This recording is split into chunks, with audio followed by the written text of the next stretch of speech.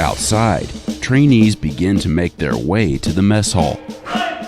Typically, trainees are required to march into lunch in formation.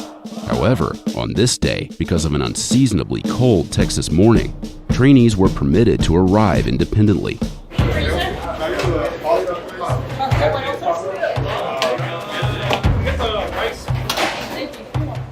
Instead of limiting us to just one item, it's cool to have a variety, especially throughout the week. It's not the same thing every week. Me personally, it takes me a little longer to try and figure out what I want to eat for today.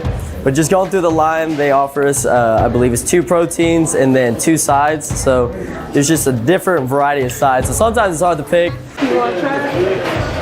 You got to try it. I always do stop at the salad bar as well.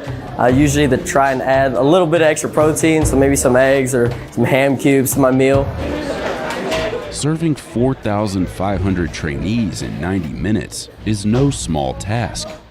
Slagle is broken into 2 floors, each with its own serving lines and dining room that feeds 1,100 at a time each, meaning trainees must eat quickly so everyone can be fed in the allotted time. Most of the companies we have anywhere between 200 to 300 people. If you're closer to the front of the line, you get a little bit more time.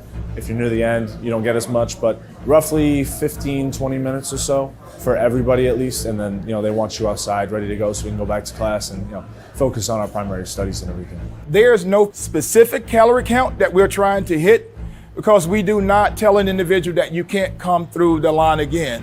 However, it has to be balanced. The menu follows a DoD-implemented program known as Go for Green, which encourages service members to make healthier choices. On the serving line, the food is categorized into 3 groups, each represented by a different color. Green for healthy foods trainees should eat often, such as steamed brown rice. Yellow for foods trainees should eat occasionally, like hot rolls. And red for foods trainees should eat rarely, like gravy. If you was to ask me why trainees need so much food and why we have to provide the balanced meal that we do, it's because they are not at home anymore. They are not on the couch. They are out here training, getting it in, defending the country that we all love. And in order to do that, you got to have the spirit.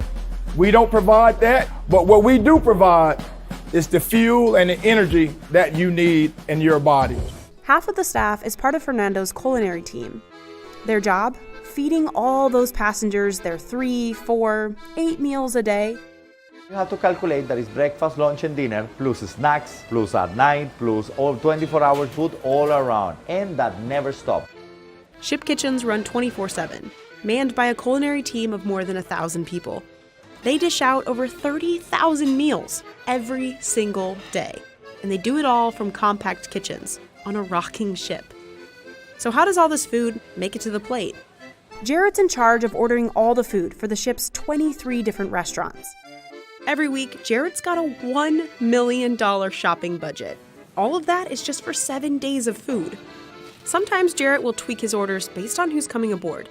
More kids means more chicken fingers. That's how the operation runs. So we monitor it on a daily basis, what has been used, what has not been used, and then we adjust our orders accordingly. But by and large, being in Miami, having the same number of people, it's almost the same every cruise.